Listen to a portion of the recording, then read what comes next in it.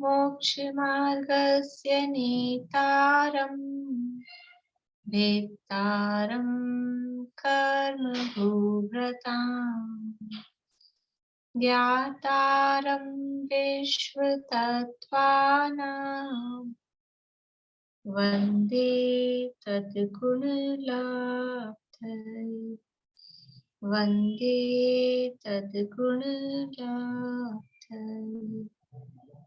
मोक्षमार्ग के नेता एवं कर्म पर्वतों के भेदक और विश्व के सब तत्वों के ज्ञायक चेतन संवेदक सद्गुण आप समान प्राप्त हो यही भावना भाकर दे विनय पूर्वक करूं वंदना बारंबार जिनेश्वर देव बारंबार जिनेश्वर देव। सूत्र कौन बोल रहे हैं?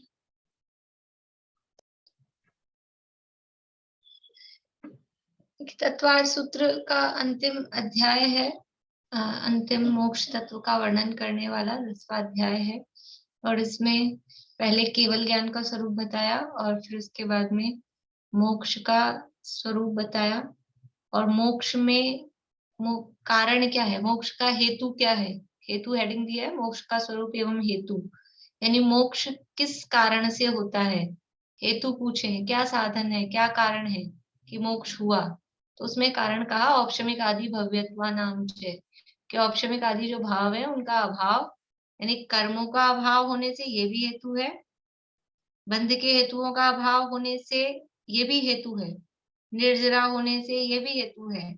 फिर पूछा और क्या हेतु है, कि औपशमिक आदि भव्यत्वा नाम से, यानी बंध के हेतुओं का अभाव होने से और निर्जरा होने से क्या हुआ कि कृत्स्न कर्म विप्रमोक्षो, संपूर्ण कर्म नष्ट हो गए। संपूर्ण कर्म नष्ट होने का हेतु क्या था, कि बंध के हेतुओं का अभाव हो गया था और निर्जरा हो गई थी, इसलिए सारे के सारे कर्म वो नष्ट हो गए, तो उससे हो गया मोक्ष।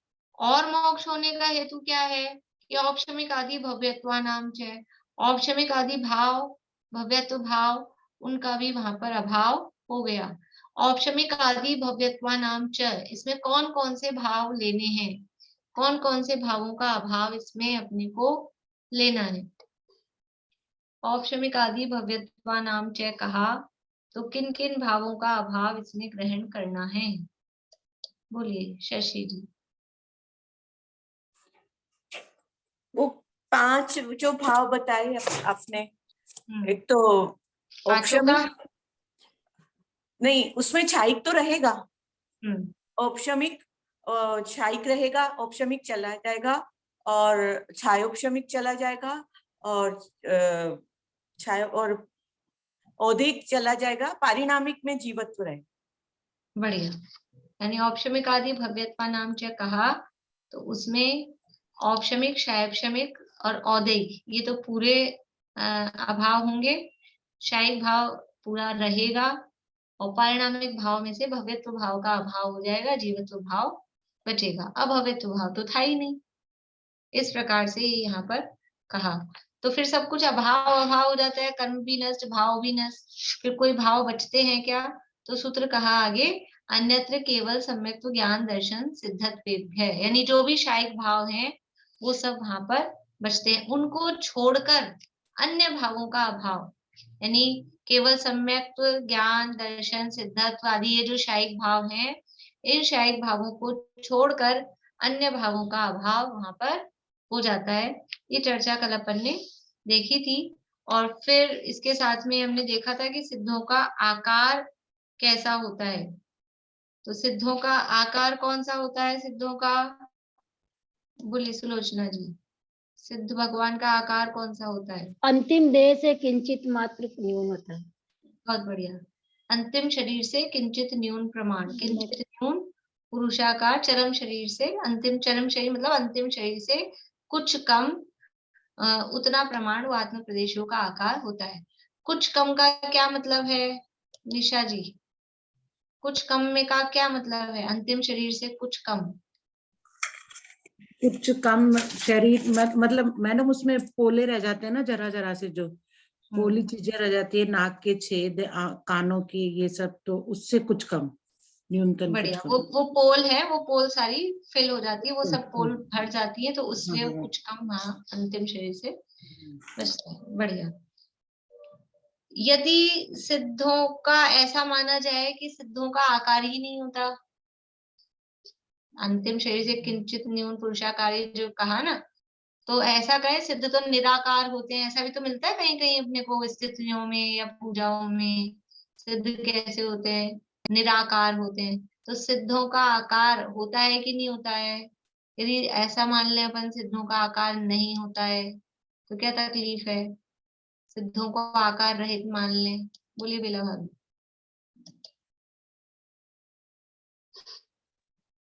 सिद्धों को अगर आकार रहित मान ले तो मुझे एक्चुअल में नहीं पता। सोचना है थोड़ा सा।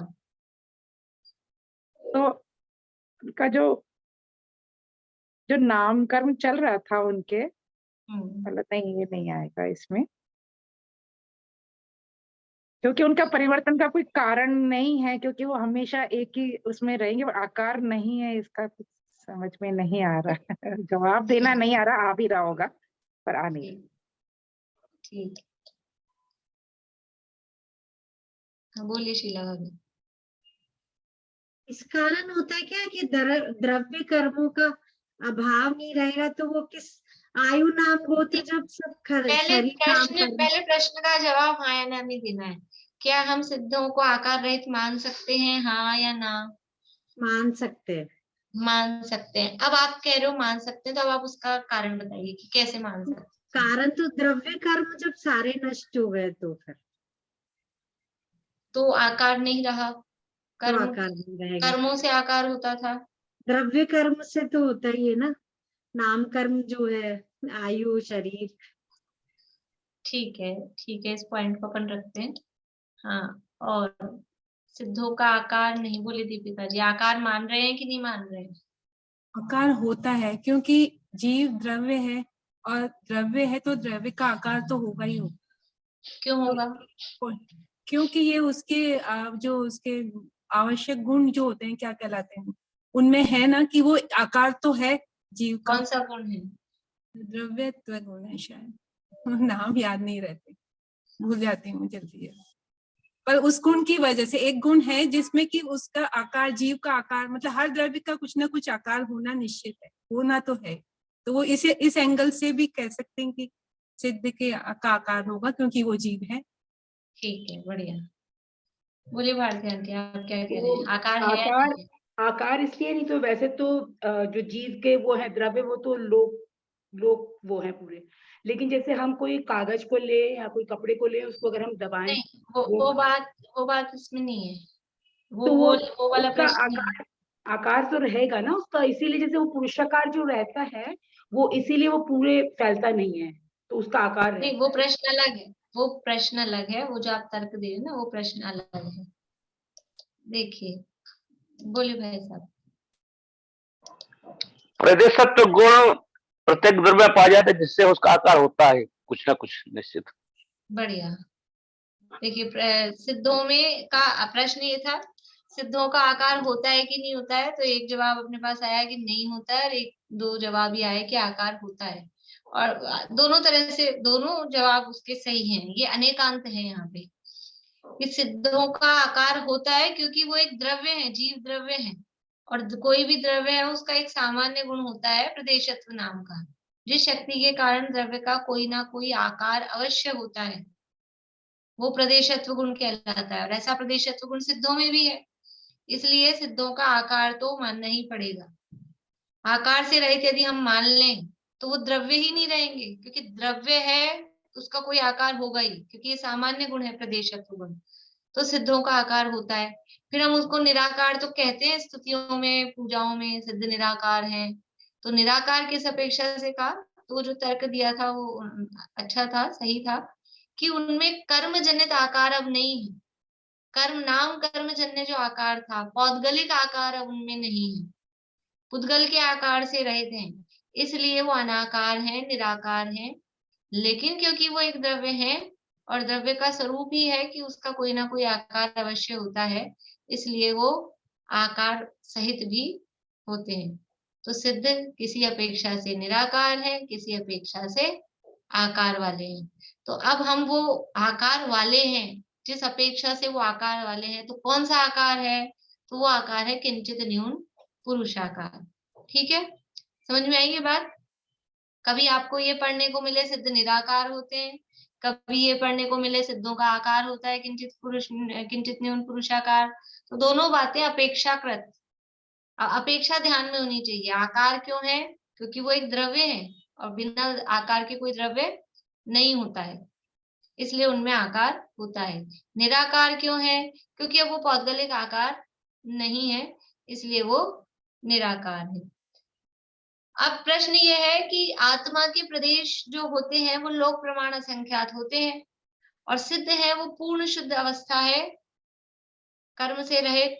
अब ये जीव शरीर प्रमाण रह रहा है, ये तो कर्म के कारण रह रहा है ना, नाम कर्म के उदय के कारण जैसा शरीर मिला है वैसे शरीर के प्रमाण उसको रहना पड़ रहा है।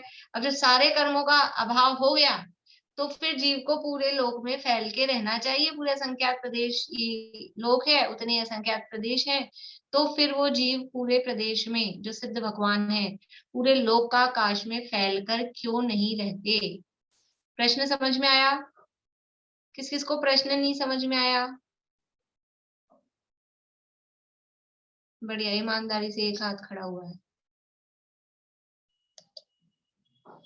प्रश्न ये है कि एक्चुअल में आत्मा कितने प्रदेशी है, यानी एक्चुअल में आत्मा का आकार क्या है। एक्चुअल में आत्मा है लोक प्रमाण संख्यात, जितना लोक का जैसा साइज है ना वैसा ही आत्मा का साइज है निश्चय से। तो लेकिन अभी ये जीव कैसे रहता है, किस साइज में रहता है कि जैसा शरीर मिलता है उसी साइज में वो रहता है, उसी आकार का हो जाता है। और ये शरीर कैसे मिलता है कि कर्म के उदय के अधीन है, कर्म के उदय के निमित्त से जैसा शरीर मिलता है उस शरीर के अनुसार जीव का आकार हो जाता है। ये तो है व्यवहार से। निश्चय से तो जीव कैसा है, निश्चय से तो लोक प्रमाण वो जीव का आकार है। तो अब ये सिद्ध जो बना, जीव सिद्ध बना, तो कर्मों का सारा संपर्क छूट गया, कर्मों का संबंध छूट गया। तो अब कर्मों का संबंध छूट गया तो ये जीव शुद्ध हो गया। तो जो अपना निश्चय आकार था पूरा का पूरा लोक प्रमाण, उस आकार में उसको आ जाना चाहिए था। तो जो मुक्त जीव हैं, जो सिद्ध भगवान हैं, उनको पूरे लोक में फैल के रहना चाहिए था। फिर वो पूरे लोक में फैल के क्यों नहीं रहते, वो ऐसे किंचित न्यून पुरुषाकार आकार में और वहां लोक के अग्रभाग में ही जाके क्यों रहते हैं। अभी भी नहीं आया प्रश्न समझ में? आया कि भाई एक्चुअल में जीव का आकार है लोक प्रमाण, और अभी छोटा रह रहा है, बड़ा रह रहा है, चींटी में, हाथी में, जैसे देव, नारकी, मनुष्य, तिरंज, वो सब कर्म के उदय के कारण रह रहा है। और सिद्ध होते हैं वो सर्व कर्म से रहित हैं। तो अब कर्मों का उदय पूरा खत्म हो गया, तो अब पूरा जो लोक प्रमाण आकार था उस आकार में उनको आ जाना चाहिए था, लेकिन वो उस आकार में नहीं आते हैं। सिद्ध भगवान किंचित न्यून पुरुषाकार रूप में रहते हैं। ऐसा क्यों होता है? बोलिए शांति। एक तो गुण वो द्रव्य है, आत्मा है, वो गुण सारे इधर उधर बिखर नहीं जाएंगे, सारे शरीर आस में फैलेंगे पूरे लोक में, तो ऐसा नहीं होगा। का समुद्घात के तो समय फिर इसका तो आंसर वही होगा, वही जो कि कपड़े वाला है, कि जिसमें शरीर में हमेशा से मतलब जिस तरह का वो अभ्यास हो गया है आत्मा के, उसमें प्रदेशों को इकट्ठा उसका करने का, उसी वजह से वो किंचित न्यून उसमें रहते हैं। वो जो कपड़ा को समेट के रख दिया तो काफी दिन वो वही रहेगा। इसका तो फिर एक यही आंसर है। ठीक, तो वो उसी उसमें निकलेगा। बोलो प्रीति। हाँ, जीव का जो असंख्यात प्रदेशी जो स्वभाव है, असंख्यात प्रदेशी होना उसका स्वभाव है, लेकिन संकोच विस्तार होना उसका स्वभाव नहीं है। तो जीव जो है वो अनादि से किसी ना किसी शरीर में है। तो अब जब वो देखो, कुछ ये स्टेटमेंट सही नहीं। संकोच विस्तार होना, संकोच विस्तार भी तो करता ही है ना वो। नहीं, वो तो कर्मों की वजह से कर रहा है, लेकिन स्वभाव नहीं है, निमित्त से कर रहा है ना। मतलब मैंने शायद जो पढ़ा था मुझे यही लगा। हाँ, तो इसमें ऐसा है, जीव असंख्यात प्रदेशी तो है, लेकिन असंख्यात प्रदेशों में फैलकर रहना उसका स्वभाव नहीं है। हाँ, असंख्यात प्रदेश तो है जीव, लेकिन असंख्यात प्रदेशों में फैलकर रहना उसका स्वभाव नहीं है। हाँ, नहीं फैलकर तो इसलिए नहीं रह रहा क्योंकि अनादि से वो किसी ना किसी शरीर में है।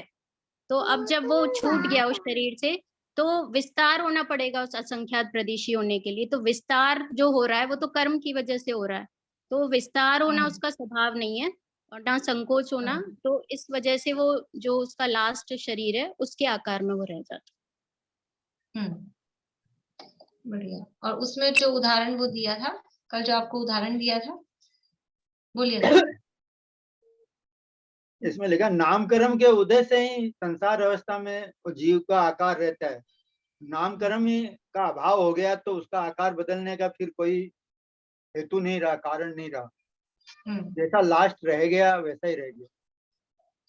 वो तो बात ठीक है, पर प्रश्न ये था भी वो पूरे लोक में क्यों नहीं फैल के, एक्चुअल साइज में लोक प्रमाण है तो पूरे लोक में फैल के रहना चाहिए था। तो उसका जवाब ये है कि पूरे लोक में फैले वो उसका मतलब प्रदेश तो इतने हैं, लेकिन पूरे लोक में फैल के रहने का जीव का कोई नेचर नहीं है।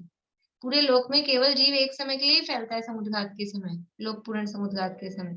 इसलिए लोक में फैल के रहना जीव का नेचर नहीं है। जैसे कल आपको उदाहरण दिया था कि कोई कपड़ा है, तो वो कपड़ा इतना बड़ा है, रुमाल है वो इतना बड़ा है, लेकिन उसको मुट्ठी में पकड़ के रखा अपन ने 5 सेकंड भी, तो उसके बाद में वो उतना ही रह जाता है। जैसे मिट्टी का बर्तन है, वो बर्तन बनाया तो वो गीली मिट्टी जब तक रहती है तो उसके आकार में परिवर्तन होता रहता है, लेकिन जब वो बर्तन सूख जाता है तो फिर उसके आकार में परिवर्तन नहीं होता है। मोम है, मिट्टी है, जो भी कोई चीजें हैं, जब तक वो गीले हैं तब तक उनके आकार में परिवर्तन संभव है, लेकिन वो सूख जाने पर उनके आकार में परिवर्तन संभव नहीं होता। उसी प्रकार जब तक कर्म सहित ये जीव है तब तक ये शरीर के हिसाब से आकार में परिवर्तन होता रहता है, और जब संपूर्ण कर्मों से रहित जीव हुआ, सिद्ध हुआ, तो फिर अब आकार में परिवर्तन नहीं होता। तो अंतिम शरीर जो है, उस अंतिम शरीर के आकार का वो सिद्ध भगवान का आकार रहता है। बोलिए आंटी। जैसे आपने कहा कि जीव का आकार लोकाकाश प्रमाण है। लोकाकाश प्रमाण आकार नहीं, लोकाकाश प्रमाण उसके असंख्यात प्रदेश है। आकार तो असंकुचित विकास, आकार का मतलब वही है कि उसका नहीं, उसके पहले प्रदेश तो उसका कितने साइज हैं? इतना बड़ा है। हाँ, वही साइज तो हिसाब से, पर उसके प्रमाण उसके प्रदेश है असंख्यात प्रदेशी।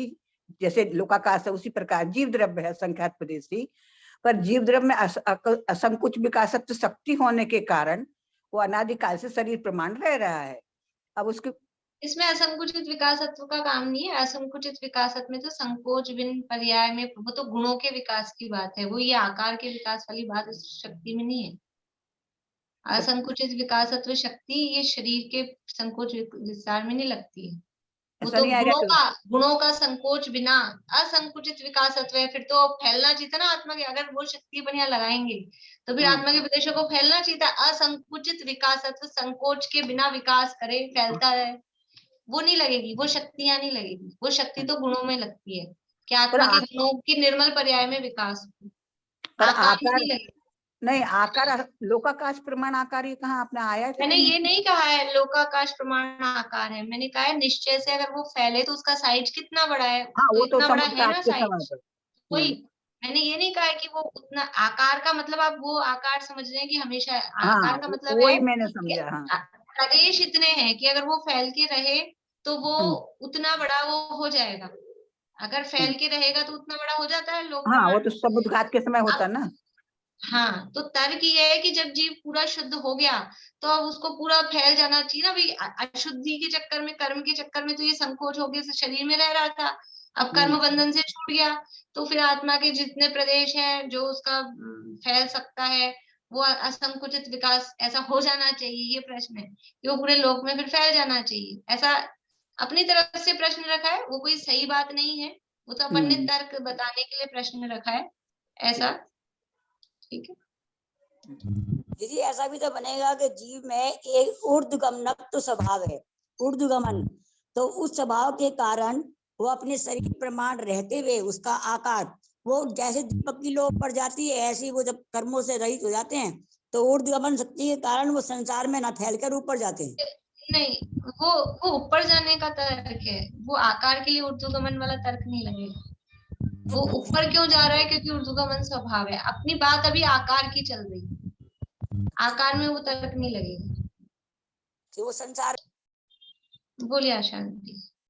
नेचुरली जब वो पूर्ण मुक्त होता है तो एक आकार पुरुषाकार में रहता है, उसके बाद उसको चेंज करने का कोई वो है ही नहीं कर्म, तो ऑटोमेटिक उसी आकार में पुरुषाकार में वो इसके लिए वो परफेक्ट उदाहरण वही है कि वो इतने टाइम से शरीर में रह रहा था। जैसे ये रुमाल इतनी देर से मुट्ठी में रहा, तो मुट्ठी में रहा तो यद्यपि इतना बड़ा था जो भी इसका साइज है, लेकिन अभी मुट्ठी में रहने से ये ऐसा हो गया। इसको ये इतना बड़ा था और अब इसको ऐसा मुट्ठी में रखा अपन ने, तो मुट्ठी में ये आत्मा इतना बड़ा है, लोक प्रमाण है।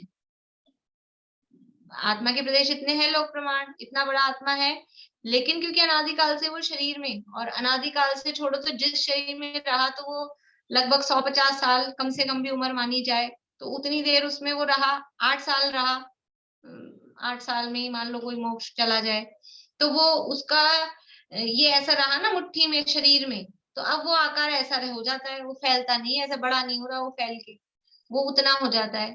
तो इसी तरह से यद्यपि जीव असंख्यात प्रदेशी है, लोक प्रमाण प्रदेश वाला है।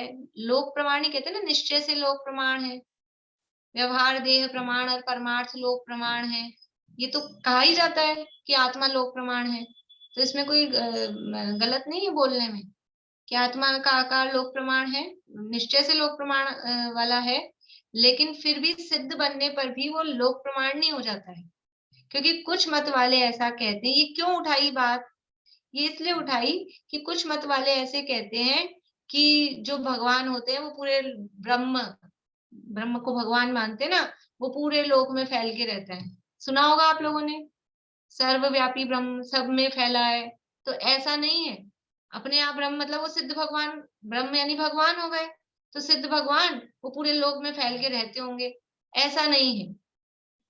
जैसे अब ये कपड़े को मुट्ठी में रखा तो वो जो मुट्ठी के आकार हुआ था उसी आकार में वो रहता है, वैसे ही जिस शरीर में सिद्ध भगवान अंत में थे उस शरीर के आकार ही उनके आत्मा के प्रदेश रहते हैं, ऐसे पूरे लोक में फैल के वो नहीं रहते। ये बात यहाँ पर कही है, ठीक है।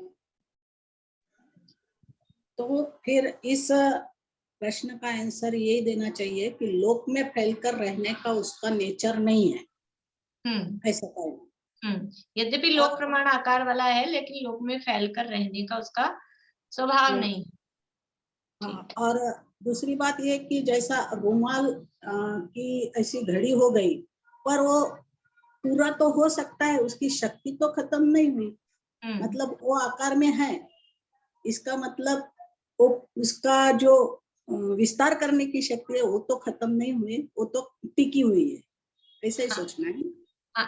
विस्तार करने की शक्ति मतलब वो असंख्यात प्रदेशी पना खत्म नहीं हुआ, असंख्यात प्रदेशी तो है, लेकिन अब जैसे कोई मिट्टी का बर्तन, मिट्टी थी, अब उसका अपन ने इतना लंबा कुछ ऐसा पट्टा जैसा बना लिया, लेकिन अभी गीली थी, फिर उसको अपन ने सिकोड़ के ऐसा गोल कुछ बना दिया, अब वो गोल बना दिया, अब वो सूख गया, अब सूख गया, उसके बाद अब उसका शेप परिवर्तित नहीं होगा, यद्यपि है तो वो उतना ही, फैले तो वो उतना ही है, लेकिन क्योंकि अब वो सूख चुकी है तो सूखने के बाद में उसका आकार का परिवर्तन नहीं हो सकता। तो सिद्ध भगवान है वो अब यानी शुद्ध हो गए हैं, शुद्ध हो गए हैं, वो सूखी मिट्टी की तरह हो गए हैं, अब उनके आकार में कुछ परिवर्तन नहीं होगा। ये एक बुक में लिखा है कि कर्मों का अभाव हो जाने से आत्म प्रदेश फिर बिखरते नहीं है, क्योंकि उसके संकोच विस्तार का जो था वो उसका भी अभाव हो गया है, इसलिए वो लास्ट संकोच विस्तार होता था, ये विभाव रूप परिणमन था, संकोच विस्तार करना ये स्वभाव नहीं। अभी प्रीति ने बोला कर्मों का नाश हो गया तो वो भी खत्म हो गया, और वो खाली आत्म प्रदेश बिखरते नहीं है कर्मों के अभाव होने के बाद।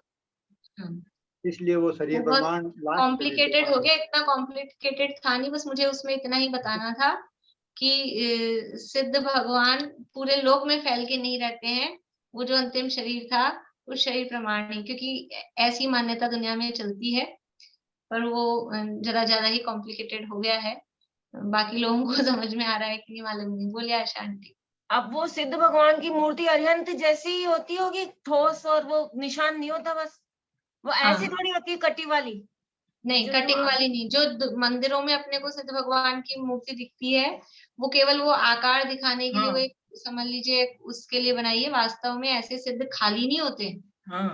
उसमें जो जो पीतल जो दिख रहा है अपने को वो सिद्ध नहीं है, जो उसमें नहीं दिख रहा वो सिद्ध है, तो एक्चुअल में वो सिद्ध भगवान नहीं होते। सिद्ध तो जैसे ठोस मूर्ति हो, पर ये आंख नाक कान की शेप नहीं हो, उसमें ऐसे चेहरा हो फ्लैट और ये कुछ नहीं हो, इस तरह का कुछ बने ना, ऐसे सिद्ध भगवान की केवल मूर्ति आउटलाइन, बनती जैसे है। ड्राइंग बना रहे ना कोई, केवल आउटलाइन जिसमें आंख नाक कान नहीं बने हो, इस तरह की कोई हो, वो सिद्ध भगवान के ऐसे आत्मा के प्रदेश पूरे ठोस इस तरह से होते हैं, कहीं बीच में कहीं कोई गैप कुछ नहीं, और आत्मा ही आत्मा, केवल आत्मा।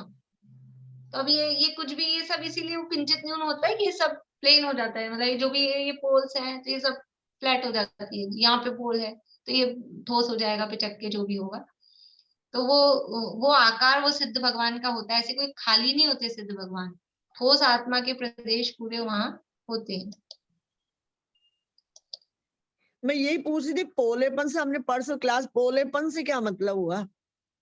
ये ना ये खालीपन है, पोला है ना, ये दब गया ना ऐसे, ये कान में या पोलापन है, ऐसे मुंह में थोड़ी जगह है ना, जगह होती है ना, कुछ डल भी जाए तो मान लो कुछ लोग ऐसे होते हैं ना मुंह खोल के सो जाते हैं, और कोई आप कुछ डाल भी दो निकाल भी दो उनको पता ही नहीं चलेगा, तो वहां उनको फीलिंग नहीं आ रही है, वो पोलापन है, सारा खत्म हो जाता है। हाँ। ये जो अपन किंचित न्यून पुरुषाकार बोलते हैं सिद्ध भगवान को, वो इसको आप द्रव्य दृष्टि से बोलेंगे, निश्चय दृष्टि से बोलेंगे, निश्चय न्याय से बोलेंगे, क्या बोलेंगे? उसको देखो, निश्चय से तो आकार असंख्यात प्रदेशी ही कहा जाएगा, निश्चय से असंख्यात प्रदेशी ही है, और अब वो व्यवहार का आकार ही है, वो किंचित न्यून पुरुषाकार जो है ना, वो व्यवहार से ही है उनका आकार, लेकिन ये है अब उनके आकार में परिवर्तन नहीं हुआ।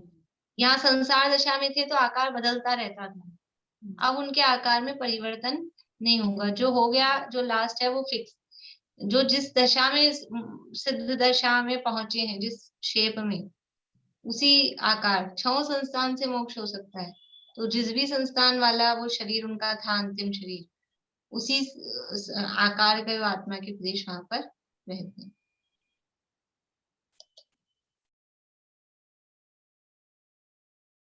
देखिए आकार परिवर्तन का कारण क्या है, आकार परिवर्तन का कारण नाम कर्म था, नाम कर्म का अभाव हो गया, इसलिए अब सिद्धों के आकार में परिवर्तन नहीं होता। बोलिए। 6 संस्थान से आपने का मोक्ष हो सकता है, 6 संस्थान से। सहनन वज्रेश्वर नाराज ही सही है, संस्थान कोई भी हो सकता है, अपन ने तब भी 8वां अध्याय पढ़ा था, तब देखा था शायद इस बात को कि कोई भी संस्थान मोक्ष जाने में बाधक नहीं है, आकार कोई सा भी हो, इसलिए आकार को लेकर जो हमारी शरीर की शेप को लेके अपन हमने मेंटेन कर रखा है, मेंटेन करना चाहते हैं, तो मोक्ष जाने में वो आकार कोई बाधक नहीं होता है, कोई बौना हो, कोई कुबड़ा हो, कोई ठिगना हो, कोई मोटा हो, ज्यादा लंबा हो, उससे कोई फर्क नहीं पड़ता, मोक्ष जाने में कुछ बाधक नहीं है, शरीर का आकार मोक्ष जाने में कोई बाधा नहीं पहुंचाता है। देखिए अब आगे बोलिए। मैं तो कहीं पढ़ी थी कि समचतुर संस्थान होना चाहिए। तीर्थंकरों के समचतुर संस्थान ही होता है, बाकी सामान्य कोई हो, अदरवाइज कोई भी संस्थान, हुंडक सब कोई भी, कुब्जा कोई भी। देखिए ज्यादातर आप समझिए 95 या 98% भी, 99% भी समचतुर संस्थान वाले ही होते हैं, लेकिन फिर भी 1% भी कोई ऐसा है जिनका संस्थान दूसरा है, तो वो भी मोक्ष जा सकते हैं, जाने में बाधा नहीं, इसलिए वो करना नियोग का नियम, संस्थान कोई सा भी हो सकता है। देखिए अब ये बड़े अच्छे इंटरेस्टिंग सूत्र हैं, और ये अब सिद्ध जीव मुक्त हो गए, अपन ने उनके आकार की चर्चा कर ली कि किस तरह से उनका आकार रहता है। अब रहते कहाँ पर हैं सिद्ध जीव? सिद्ध होके वहीं बैठे रहते हैं, क्या होता है? तो आगे सूत्र कह रहे हैं कि मुक्त हो जाने पर वो वहां नहीं रहते हैं, वो उनकी कॉलोनी अलग है, तो अपनी कॉलोनी में जाके सेट होते हैं। जैसे कि MLAs वगैरह होते हैं, उनकी कॉलोनी अलग ही होती है, मिनिस्टर्स के सब बंगले अलग ही होते हैं, अलग ही जगह, सब शहरों में अलग जगह ही होते हैं, ऐसा थोड़ी ना है। अब किसी का खुद का पर्सनल हो कोई, वो बात अलग है, लेकिन वो जो गवर्नमेंट के जो होते हैं उनके सब MLA क्वार्टर्स वगैरह, वो अलग ही कॉलोनी होती है उनकी। ऐसे ही सिद्ध हैं, वो संसार से कुछ अलग हो गए हैं। अब ये यहाँ गंदी कच्ची बस्ती में, ऐसे 4 गतियों वाले संसार में, या कहाँ रहे वो, कहाँ रखे बताओ सिद्ध भगवान को? नरक में तो बिल्कुल कोई भी हानि नहीं करेगा, और मध्य लोक में भी क्या है, ऐसी कोई जगह है? अनंत भगवान के रहने की जगह नहीं है वो, जो पृथ्वी से 5 धनुष ऊपर उठ जाते हैं, जमीन पे नहीं रहते, फिर वो कोई जगह ही, साफ सुथरी जगह ही नहीं है। भले ही देश में सफाई अभियान चल रहा हो और कोई नंबर 1 आ रहा हो शहर, लेकिन ऐसी साफ जगह कोई नहीं है जहाँ आनंद भगवान जमीन पे रह सके। तो वो तो 5 धनुष ऊपर जाके रहते हैं। और सिद्ध तो समझ लीजिए हमारे आदर्श हैं, उनको कहाँ रहें? तो वो पूरे लोक के सिर पर इस तरह के, ये जो सिद्ध चक्र विधान है ना, उसमें जो पूजाओं में बीच में अर्घ आते हैं, उसमें एक तो ऐसा आता है 8वीं पूजा में है शायद, सबके सिर पर पग धरे। सिद्ध भगवान कहाँ है? सिद्ध भगवान है ऊपर, लोक के ऊपर, और यद्यपि उनका शरीर ही नहीं है तो सिर और पैर की बात नहीं है, लेकिन वो जो आत्मा के प्रदेशों का आकार है, क्योंकि वो पुरुषाकार ही है, तो उस आकार में सिर तो उनका ऊपर है, और पैर नीचे है, अपन सब नीचे हैं, बाकी 3 लोक में जीव जितने भी हैं। तो क्या कह रहे हैं? सबके सिर पर पग धरे, अपने सिर के ऊपर उनके पैर, सबके पैर वहां ऊपर है ना, इस तरह की एक उपमा वहां पे दी है सिद्ध चक्र विधान में। और भी इसी तरह के हैं, लोग शिखर पर राजते हैं, लोग से अतीत हो गए हैं, बहुत सारे छंद 8वीं पूजा में सिद्ध चक्र विधान में आते हैं इस तरह के। तो अब वो सिद्ध भगवान ऊपर लोक के शिखर पर, देखो जो ऊंचा व्यक्ति होता है उसका स्थान भी उच्च होता है। कहाँ महाराज आ जाए अपने मंदिर में, कहीं कहाँ बिठाएंगे महाराज को? अपने साथ में यही नीचे चटाई लगा के एक पाटा तो ऊंचा लगाते हैं, और मान लो सामान्य रूप से थोड़ा और ज्यादा पब्लिक होती है स्टेज पे भी फिर एक और ऊंचा पाटा लगा के, कि जो जितना उसमें भी फिर कोई आचार्य श्री हो तो उनके लिए एक और थोड़ा और ऊंचा कर देते हैं। ऐसा होता है कि नहीं होता है? तो वो जो जितनी ऊंची पोस्ट पे है उसका स्थान भी उच्च होता है। तो सिद्ध भगवान की पोस्ट क्या है कि सब सर्वोच्च हो। सिद्ध पूजा की स्थापना में सर्वोच्च हो अतएव बसते, लोक के उस शिखर रे, तुमको हृदय में स्थाप, मणिमुक्ता चरण को चूमते। सर्वोच्च हो इसलिए कहाँ जाके रहते हो? लोक के सर्वोच्च स्थान पर। और सर्वोच्च स्थान कहाँ है? कि लोक के टॉप जो जगह है वहां जाके सिद्ध भगवान रहते हैं। तो ऊपर जाते हैं, तो किस प्रकार गति करते हैं उसके लिए अब यहाँ पर सूत्र दे रहे हैं। तो वो गति करते हैं, कहाँ तक गति करते हैं, फिर वो गति ऊपर ही की तरफ क्यों करते हैं, उसका क्या कारण है, इधर उधर साइड में, इस साइड उस साइड, इधर उधर कहीं चले जाएं, ऊपर ही क्यों जाते हैं, उन सब के लिए यहाँ पर ये सूत्र दिए हैं। देखिए 5 नंबर का सूत्र है, पेज नंबर 399।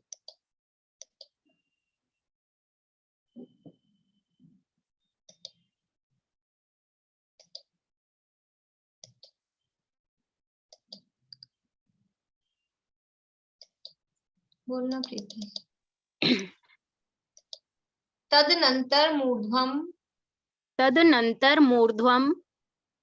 गच्छत्यालोकान्तात्, ये आएगा या, यहाँ मात्रा आएगी, गच्छत्या या आएगा यहाँ पे ना। तदनंतर मूर्ध्वम गच्छत्यालोकान्तात्, गच्छत्या लोकांतात्। तदनंतर मूर्ध्वम गच्छत्या लोकांतात्। तदनंतर मूर्ध्वम गच्छत्या लोकांतात्। देखो पहले एक एक का ही देख लेते हैं संधि विच्छेद। तदनंतर क्या क्या शब्द है इसमें? तद, तत् और अनंतरम। तत्, अनंतरम, फिर ऊर्ध्वम, तत् अनंतरम ऊर्ध्वम गच्छति आलोकांतात्। इतने शब्द इसमें दिए हैं। तदनंतर मूर्ध्वम ये है, तो ये है तत् अनंतरम, ये ऐसा मैं बना अनंतरम, ठीक है। और फिर है ऊर्ध्वम,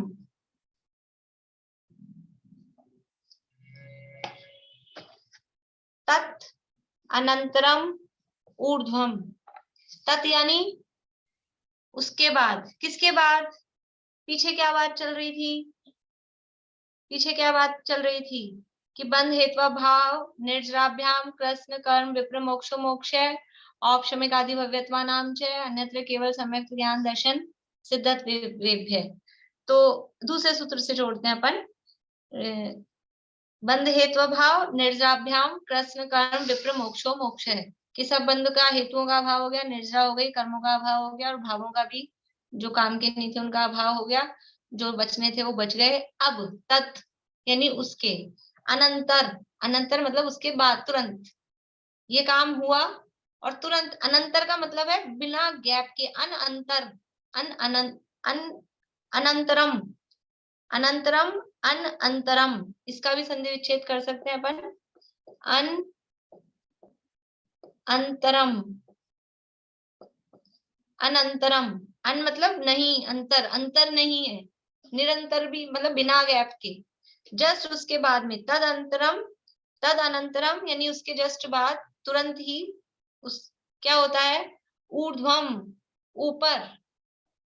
तद अनंतरम ऊर्ध्वम, आप लोग संधि विच्छेद करके ही बोलिएगा वरना मूर्ध्वम मूर्ध्वम का अर्थ समझ नहीं आएगा।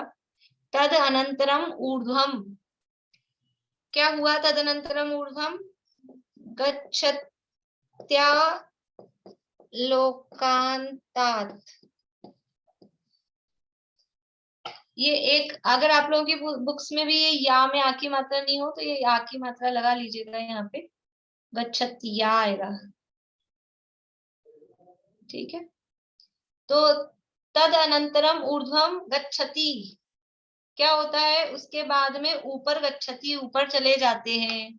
तद अनंतरम ऊर्ध्वम गच्छति, उसके बाद में ऊर्ध्वम यानी ऊपर, गच्छति यानी चले जाते हैं, चला जाता है। कौन? वो सिद्ध जीव। कहाँ तक जाता है? ऊपर, ऊपर तो जाता है लेकिन ऊपर कहाँ तक जाएगा? तो कहा गच्छति आ लोकांतात्। ये गच्छति का ई और ये आ, ये मिलके आधा तय और या बन जाता है, वो नियम है संधियों के, ठीक है ना।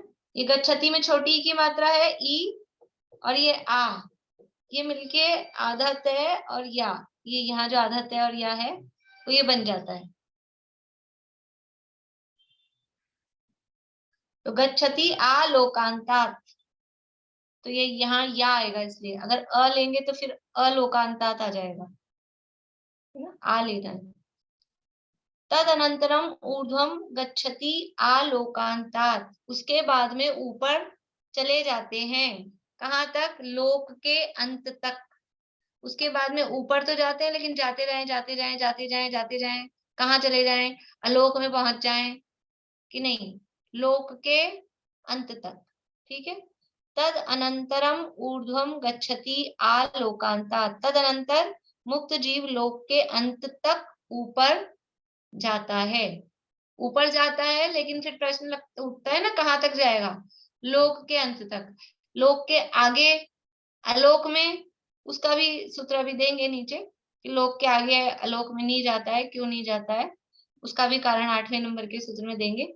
अभी तो ये मुक्त जीव मुक्त हो गए, कर्मों का अभाव हो गया, उसके बाद में क्या होता है उनका, उसके बाद में वो ऊपर चले जाते हैं। ऊपर कहाँ चले जाते हैं? लोक के अंत तक ऊपर चले जाते हैं। ठीक है, अब इतना जब कहा, इसमें तो कुछ समझने वाली बात, मतलब कुछ वो नहीं है, लोक के अंत तक ऊपर जाते हैं, ठीक है। तो प्रश्न उठता है तुरंत ही कि लोक के अंत तक तो ऊपर जाते हैं, लेकिन ऊपर ही क्यों जाते हैं? ये प्रश्न उठता है कि वो जीव ऊपर ही क्यों जाते हैं, मुक्त जीव ऊपर ही क्यों जाते हैं, ये प्रश्न है ना। मुक्त जीवों की ऊर्ध्व गति, ऊर्ध्वम गच्छति का, तो ऊर्ध्व गति ही क्यों होती है, तो उसके लिए अगला सूत्र यहाँ पर दिया है। ठीक है, देखिए, पूर्व प्रयोगाद, बोलो पूर्व प्रयोगाद असंगत्वात् असंगत्वाद बंधच्छेदात् बंधच्छेदात् तथा गति परिणामाच्च तथा गति परिणामाच्च पूर्व प्रयोगात् असंगत्वात् बंधच्छेदात् तथा गति परिणामाच्च। देखिए यहाँ पे भी हेतु दे रहे हैं। अभी पिछली क्लास में हेतु की चर्चा चल रही थी ना, ये सब हेतु हैं। पूर्व प्रयोगात् असंगत्वात् बंधच्छेदात् तथागति परिणामाच्च। एक बार पूरा एक साथ बोलते हैं। पूर्व प्रयोगाद असंगत्वाद बंधच्छेदात् तथागति परिणामाच्च। पूर्व प्रयोगाद असंगत्वाद बंधच्छेदात् तथागति परिणामाच्च। देखिए,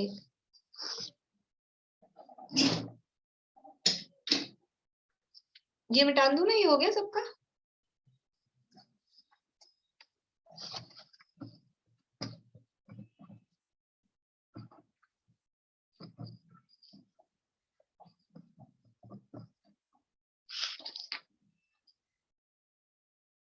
क्या क्या शब्द है? पूर्व प्रयोगाद, द दिख रहा है ना, उस ये प्रयोगाद गतवाद, द में व दिख रहा है। फिर यहाँ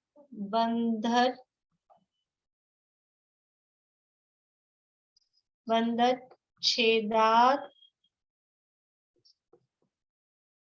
तथा गति परिणामाच्च। ये पूरा एक वाक्य में पूरा सूत्र दिया है, ये पूरा सूत्र लिखा है अभी मैंने। ठीक है, तो ये शब्द है, एक है पूर्व प्रयोगात, यहाँ तक क्या बनेगा शब्द? पूर्व प्रयोगात, हलंत वाला त, पूर्व प्रयोगात। फिर होगी संधि, फिर प्लस होगा असंगत्वात्,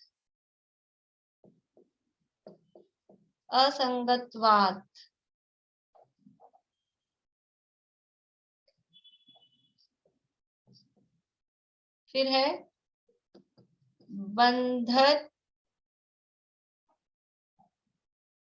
बंधच्छेदात्, और फिर है तथागति परिणामात्, और फिर है च। पूर्व प्रयोगात् असंगत्वात् बंधच्छेदात् तथा गति परिणामात् च, लास्ट में च है। ये जो बीच बीच में यहाँ च है वो भी त है, यहाँ च है नहीं, यहाँ पर त है और यहाँ पर द है, वो सब में त निकलेगा। पूर्व प्रयोगात् यानी पूर्व प्रयोग से, ये कारण के अर्थ में है, हेतु के अर्थ में से बोलते हैं, किस कारण से, तो से लगता है सब में एंड में। पूर्व प्रयोगात् असंगत्वात् बंधच्छेदात् तथा गति परिणामात् च। किस लिए दिया है सूत्र कि सिद्ध ऊपर ही ऊर्ध्वगमन ही क्यों करते हैं, ऊर्ध्व गति ही उनकी क्यों होती है, तो उसके लिए ये हेतु दिए हैं। यानी सिद्धों की ऊर्ध्व गति यानी ऊर्ध्वगमन के हेतु 4 हेतु दिए हैं। कौन कौन से 4 हेतु दिए हैं? पूर्व प्रयोगात्, असंगत्वात्, बंधच्छेदात् और तथागति परिणामात्। ये 4 हेतु दिए हैं। और च का अर्थ जो लास्ट वाला च है वो तो और के अर्थ में है। अभी इनके अर्थ अपन देखेंगे, अभी केवल सूत्र से अपन संधि विच्छेद देख रहे हैं। ठीक है, इतना समझ में आया? ये पूर्व प्रयोगात त और असंगत्वात का अ, आधा त और ये अ, ये जुड़ के यहाँ पर पूरा द बन गया। ठीक है, फिर यहाँ पर असंगत्वात द दिख रहा है, द है आधा, इसमें आधा द है और ब पूरा है। ये आधा द यहाँ पर त है आधा असंगत्वात, और ये पूरा ब यहाँ पर है बंद। ठीक है, तो ये आधा त और ये ब मिलके यहाँ पर द बन गया। फिर यहाँ पर बंधच्छेदात्, फिर यहाँ पे त में डबल त दिख रहा है, त में डबल त है, तो इसमें एक आधा त ये है, बंधच्छेदात् आधा त ये और पूरा त ये है, तथागति परिणामात्। ठीक है, तो तथागति परिणामात्, ये च जो आधा है वो तथागति परिणामात् का आधा त है, और फिर ये लास्ट वाला च, ये च। मिल गए सारे शब्द? समझ में आ गया? पूर्व प्रयोगाद असंगत्वाद बंधच्छेदात् तथा गति परिणामात् च। संधि विच्छेद से ही बोलिएगा, वो उच्चारण भी शुद्ध रहता है, कोई दिक्कत नहीं है, और उससे अपने को भाव भी सही ख्याल में आएगा। ठीक है, तदनंतरम ऊर्ध्वम गच्छत्यालोकान्तात् पूर्व प्रयोगाद असंगत्वाद बंधच्छेदात् तथा गति परिणामात् च। अब ये 4 हेतु दिए। अब इन 4 हेतुओं के लिए 4 उदाहरण दे रहे हैं अगले सूत्र में। आज अपन सूत्र समझ लेते हैं, फिर मंडे को बिल्कुल इजी हो जाएगा समझना, केवल सूत्रों के अर्थ समझ लेते हैं। ठीक है, देखिए अगला सूत्र 7 नंबर का सूत्र है। ये 4 हेतु यानी 4 कारण दिए थे, उसके लिए 4 उदाहरण।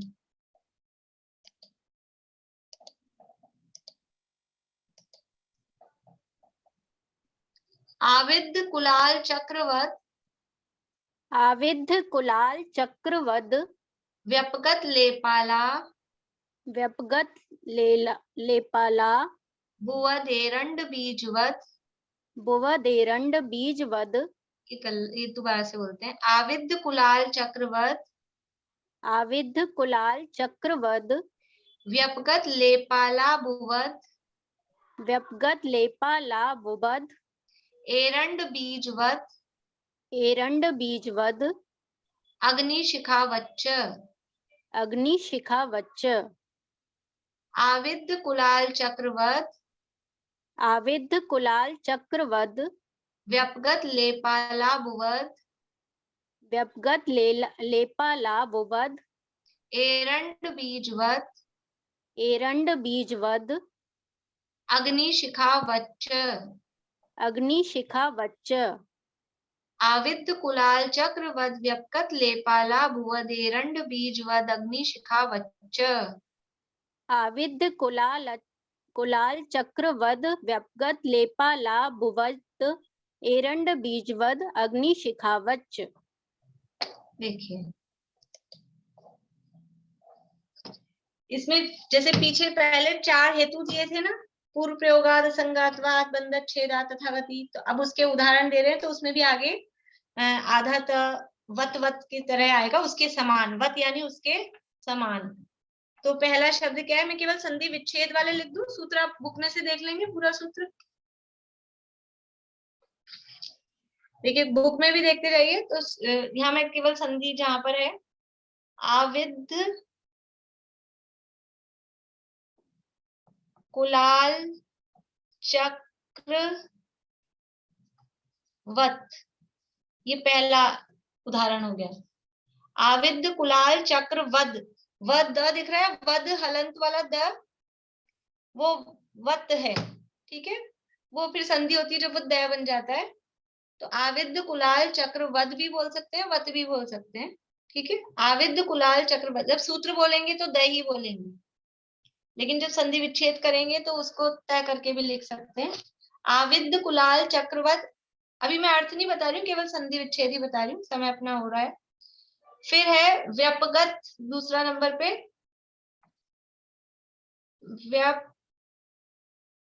व्यपगत, व्यपगत लेप, व्यपगत लेप अलाम्बू, अलाम्बुवत, ये शब्द क्या है? व्यपगत लेप अलाम्बुवत, ये शब्द है। उसका संधि होके क्या बना है? वो संधि होके बना है व्यपगत लेप, ये प और अ जुड़ गया तो लेपा, लाम्बू, लेपाला, लेपाला बुवत।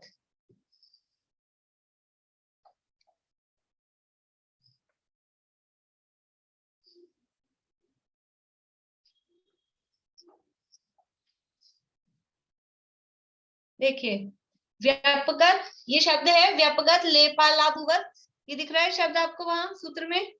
इसका भी संधि विच्छेद होगा, व्यपगत लेप अलाबू, ये अंक की मात्रा नहीं आएगी, अलाबू और वत, ठीक है, व्यपगत लेप अलाबुवत। और फिर इस वत के साथ में ही वदे, वदेरंड बीज दिख रहा है आपको सूत्र में, सूत्र में ऐसा दिख रहा है, वदेरंड बीज वद अग्नि, ये सूत्र में ऐसा लिखा हुआ है वदे, तो ये वद है ना, वद, ये वद तो यहां तक हो गया वत, ठीक है, समझ में आ रहा है ना आप लोगों को? वो बोर्ड छोटा है ना, मैं पूरा एक साथ नहीं लिख पा रही हूँ। ये जो वदेरंड बीज वद है, तो ये वद का ये वत यहाँ तक है, व्यपगत लेपाला भुवत। फिर ये द में से ए की मात्रा में से ए निकलेगा, एरंड बीज और वत, ये बनेगा एरंड बीज वत यहाँ तक, ठीक है, एरंड बीज वत। और फिर ये द पूरा दिख रहा है, ये है एक्चुअल में आधा तय, और इसके बाद में है अग्नि शिखा, तो अग्नि का अ इस आधे त में मिलके द हो गया था यहाँ पूरा।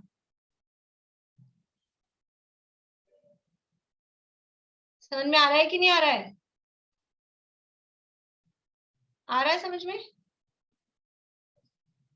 ये यहाँ पे द पूरा दिख रहा है, ये एक्चुअल में है आधा तय, एरंड बीज वत, और उसके आगे है अग्नि शिखावत, अग्नि शिखावत, और फिर आगे है च, अग्नि शिखावत च। तो अग्नि का अ और ये आधा त मिलके यहाँ पे द दिख रहा था अपने को सूत्र में पूरा द, तो अग्नि शिखावत च, ठीक है। आविद कुलाल चक्रवत, व्यपगत लेप अलाबुवत, एरंड बीजवत, अग्नि शिखावत च। जैसे ऊपर वाले सूत्र में 4 चीजें थी, पूर्व प्रयोगात, असंगत्वात, बंधच्छेदात और तथागति परिणामात, और फिर लास्ट में च। वैसे यहाँ पे भी 4 चीजें हैं, आविद कुलाल चक्रवत, व्यपगत लेप अलाबुवत, एरंड बीजवत और अग्नि शिखावत च। इस तरह से ये सिद्ध जीव ऊर्ध्वगति ही करते हैं। तो वो ऊर्ध्वगति किस प्रकार से करते हैं, क्यों करते हैं, और उसके 4 कारण हैं। ये अभी अपन ने केवल सूत्र पढ़ा है, अभी शब्दों के अर्थ, सूत्रों के अर्थ, और फिर वो ऊपर ही क्यों जाते हैं और वहीं लोक के अंत तक ही क्यों रुकते हैं, 8वें सूत्र की भी चर्चा। ये मंडे को अपने ये सारे सूत्र हो जाएंगे 5 से लेके 8 तक, और फिर एक सूत्र बचेगा 9वां। तो ये इस वीक में, मतलब नेक्स्ट वीक में 2-3-4 दिन में अपना ये काम पूरा हो जाएगा, समझ लीजिए नेक्स्ट वीक में ये अध्याय पूरा हो जाएगा। आप लोग सूत्र याद करते रहिए, बहुत कम है, काफी लोगों ने अभी तक नहीं किए हैं, तो सूत्र बोलते रहिए बार बार में। कहीं कुछ ऐसी जगह रख लीजिए ना खुला रख सकें आप, तो बार बार में उसको देख सकें और देख के फिर याद कर सकें। चलिए, किसी को कोई प्रश्न है? शाम को बेसिक क्लास है 7 बजे से, 12 भावना शुरू की थी पिछली क्लास में जयचंद जी छाबड़ा की, वो रहेगी। बोलिए बिलेट। एक बार तीनों एक साथ बोल दीजिए ना लास्ट में। सूत्र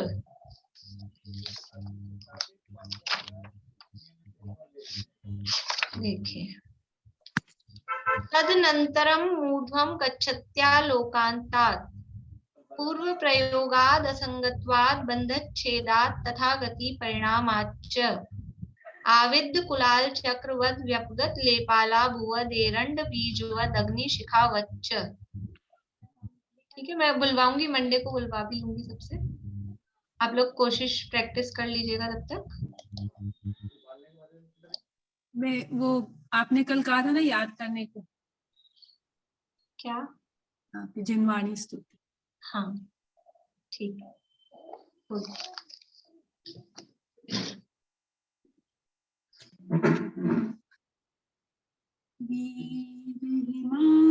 चलते निकसी गुरु गौतम के मुख कुंड डरी, मोह महाचल भेद चली जग की जड़ता पन दूर करी, ज्ञान पयोनिधि माहिरली बहु भंग तरंगनि सोचरी, ताप शुचि शारद गंग नदी प्रति मैं अंजुलि कर शीश धरी है, मैं अंजुलि कर शीश धरी।